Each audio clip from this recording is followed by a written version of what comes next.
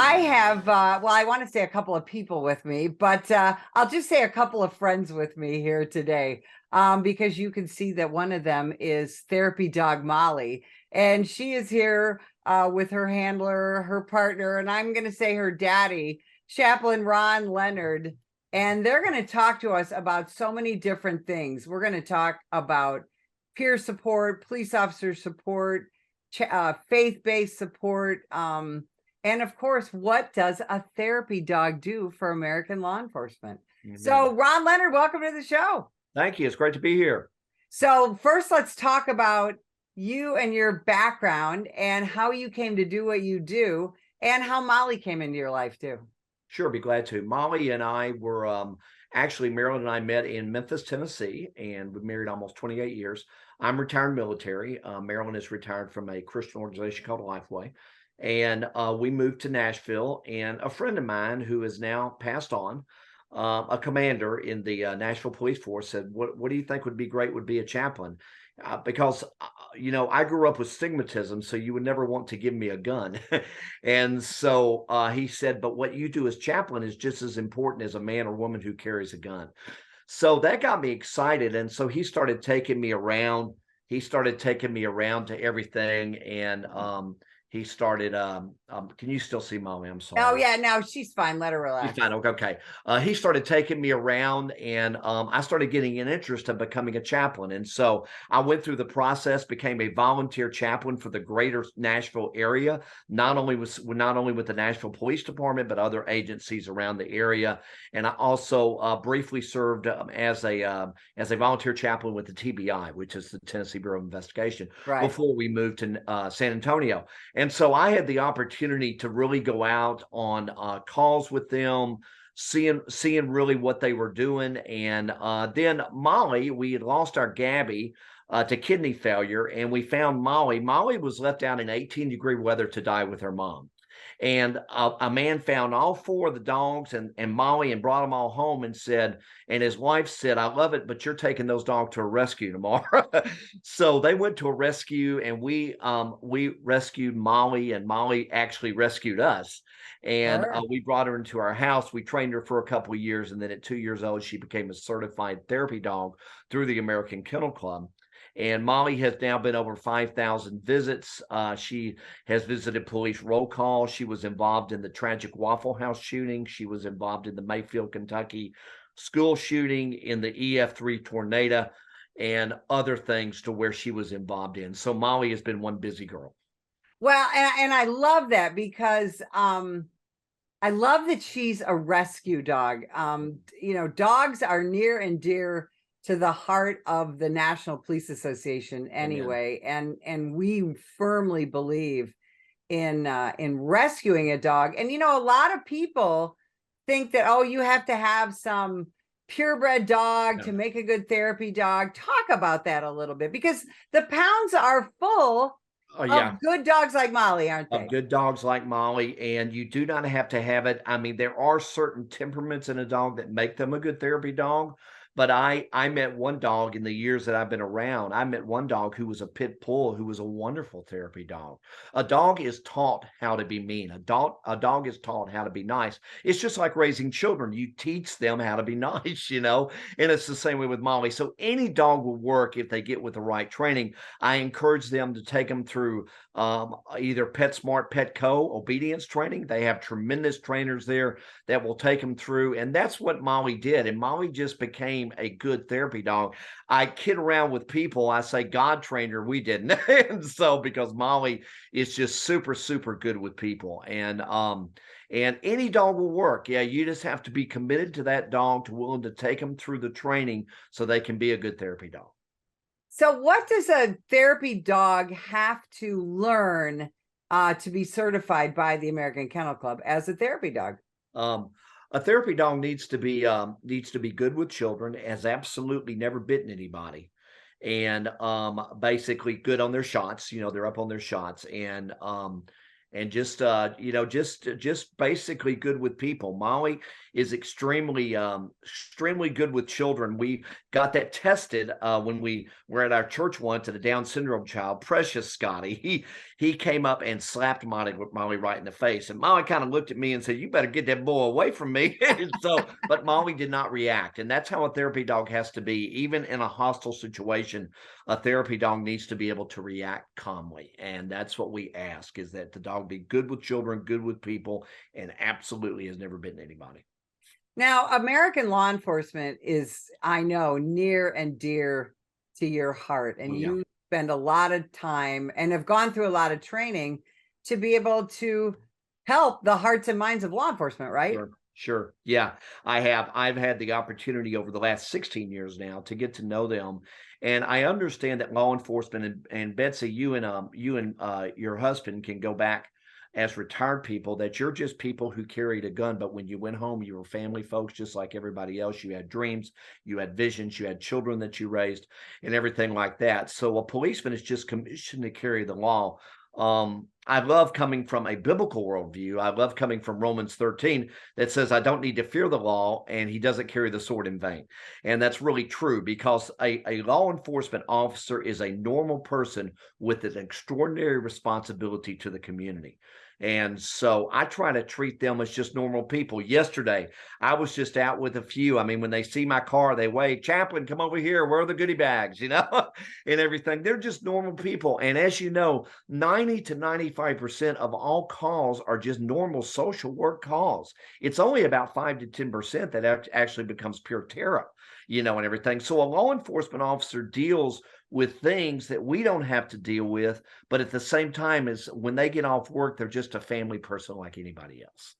So when you and Molly go to a police organization after a horrible event, whether Sure, it's a natural disaster, a riot, a horrible shooting, sure. like a horrible mass shooting, what Yeah. are some of the things to walk us through some of the steps that you go through? Way to go. Okay. Well, we would the last time we went to was probably the most recent, was a few years ago when Louisville had those officers that were killed, and we went to their 911 dispatcher, and all the officers showed up, and we just let Molly be the dog. We let Molly do what he says. She went around, started greeting people. Molly is trained to know how to go greet people, how to lick on people. And we had several officers that just sat down with Molly and cried on the dog because they were that upset. We went to Waffle House shooting, and I remember people just came and wept on the dog and everything. They really did, because they were just so we just let the dog be the dog. I pretty much try to step out of the way and just let Molly do her thing and stuff, because Molly's the star, not me. So I really try to bring her in, and she gives that cutting edge that we're able to go in. Now, if they ask me questions, I'll talk to them, I'll pray with them, but pretty much I let Molly do the work. I call it the moment of presence, the moment of silence. Just be quiet and let the dog be the dog. And that's what I try to do. Now, your experience in the military, has that been helpful in dealing with police Yes, officers? yes, it has. I was actually a cook in the military, so I went everywhere. And when I sneezed, I was deployed in the Navy during Operation Desert Storm and Desert 1 and 2. During Operation Iraqi Freedom, I was in the National Guard, and I retired in 2004 from the National Guard. And so it's being in the military, it had me a chance to get to know people from a different standpoint, being all over the world, visiting 12 countries and seeing war firsthand. I had the opportunity to, when I came out of that, to be able to know kind of what the policemen are going through, because they're actually paramilitary. So, it was neat to be able to see that, what they go through. Betsy, I've heard it said, and this is true, and you've heard it too, over a 20-year period, a police officer, man or woman, will see almost 300 traumatic events over a 20-year period. Now, if they go 30, they're going to see more. And so these kind of events are the ones that really just just really get to them and everything. And that's why the suicide rate is so high and everything. Well, and let's talk about that. Let's talk about police officer mental health, because that's Sure. something that you're very involved in. Now you have been through peer support training. Yes. Um, talk about the importance of peer support for police officers, especially police officers who've been involved in a trauma. Yeah, it was, like I said, I mentioned earlier, Michael Mata, who's one of the regional directors for the Texas Law Enforcement Peer Support, which has actually been appointed by the governor. So these guys go around, the home office is in Dallas, and they actually go around and train in peer support that it's okay not to be okay. So when I went through that, it was a long 2-day seminar, and I learned just different things about it. And obviously, we do cooperate with Copline, which is a tremendous organization that uses peer support counselors, which are cops that have actually at least had 5 to 10 years of experience in there. So they have the opportunity to be able to talk to them. Peer support is very important. I mean, a cop needs to be able to talk to somebody that they know that they can trust. When I have trained chaplains in peer support, I've often said, you lose the trust of a police officer, you'll never get it back. And that's really true. And so I said, never lose that trust. What they tell you is in confidence, and they mean it in confidence. Obviously, if it has nothing to do with the law, is what I'm talking about. But you just have that confidence. So I'm able to talk to these policemen, and they open up to me, but they will more easily open up to a police officer. So sometimes I will direct them to Copline. I'll direct them to other officers, and I'll just step out of the way and say, if you need me, I'm here. But I think you need to talk to this officers here. He knows what you're going through. I don't do it daily. And so, peer support is very, very important, not only for the chaplain, but for the whole police force. Yeah, you're absolutely right. In fact, you partner with Copline. Yeah. Tell people what that is, because I have a lot of retired friends, retired law enforcement friends who are involved in Copline. Yeah, Talk about that. Copline was started, I think, by just over first name Stephanie. I think it was started by Stephanie, and it's an organization where it has an 800 number that people can call and talk to a certified officer. It will be an officer. It will be a retired officer, or it could be an active duty officer, and they will be able to talk to them and share their problems and everything like that. And it's an opportunity for them just to be able to open up before they get to the point of wanting to commit suicide. And obviously, it's like somebody said, out of every officer that's killed in the line of duty by gunfire or by wrecks or whatever, we have 3 officers that are actually killed by suicide. So, the statistics can vary, but that's pretty much close to where we get at and stuff like that. And so it's just, and I think this really got me interested when I found out that 22 vets every single day commit suicide in the United States. And so when I found that out from the military standpoint, I said, man, what's happening in the police standpoint? And so that's when I started looking at it and seeing, and it's a real issue, and Copline keeps up with that. And sometimes they don't mention the names because the names are not mentioned, but they keep up with what's going on. So peer support is very important for people. I know that we pass out those goodie bags, and with those goodie bags, we put a Copline thing in each one that they get. Talk about the goodie bags that you and your wife and Molly give out. Okay, these are the goodie bags that we give out, and it's got a lot of information in it. It actually has a book in them for them to read. It's got the "In God We Trust" blue decals, and it's got the Copline information in it and other information that they may need that they want to do. And obviously, I drop some of these off to the substations, but we actually go out into the field and hand these to our officers. We have, over the last 7 years, we have given out over 2,500 of these goodie bags, and we're just about to approach 3,000. So we're excited about putting those. So that's what we do with our goodie bags and everything. Well, and I know the cops must love. Oh, they love them. Oh, yeah. They call me the goodie bag chaplain. So I just, so they really do enjoy. And my wife came up with this idea, and so we started doing it, and it has really taken off. And it's been a great resource. We've been able to do it. So you talk to a lot of cops every year, and what are you hearing from the side of, for almost 3 years now, we've had this vilification and demonization of American law enforcement. What are you hearing from the boots on the ground cops that you deal with about that? Well, what I'm hearing is obviously they're frustrated. In San Antonio, we're very fortunate to have a strong community that loves our police officers here for the most part. But they do get on calls to where they're being filmed, the First Amendment rights and different things like that. And it frustrates them because they're just doing their job. I mean, as you know, as a police officer, when you were a police officer, I think in Illinois, it was to the point a cop shall do this, and others a cop has to do this. And when it comes to warrants and everything like that, they're going to jail. I mean, that's just the way it is. And people don't understand, why can't you just let me go? Well, I am not going to sacrifice my job for you to be able to get out of jail. I'm not going to do it, because if I don't take you to jail, I'll get fired. So, their frustration is that that they arrest people and they get in the court, and nothing actually happens to them and everything like that. We had a case here to where that a San Antonio person ran over an ISD officer, and he was charged with capital murder. It got pleaded down to assault in 15 years. So, we're just looking at things like that, and that frustrates these cops and everything. And that's why you're losing so many. That's why you don't have 100%. So the boots on the ground would be that we just need the justice system to support us for what we do. When we arrest people, they need to go to jail. We didn't arrest them for no reason whatsoever. And that as a sergeant, that as a retired sergeant, and so the boots on the ground, I think, would be frustration more than anything else. But these kind of goodie bags and everything, it really lifts their spirit. They say, there are people out there that care, and my wife and I are committed to do this for the rest of our lives. So. Yeah, that's so fantastic that really you were just two citizens and a dog who decided to really get involved and do something. How difficult was it if somebody's watching this and they're in, North Carolina or Alaska or Hawaii or whatever, far away from Texas?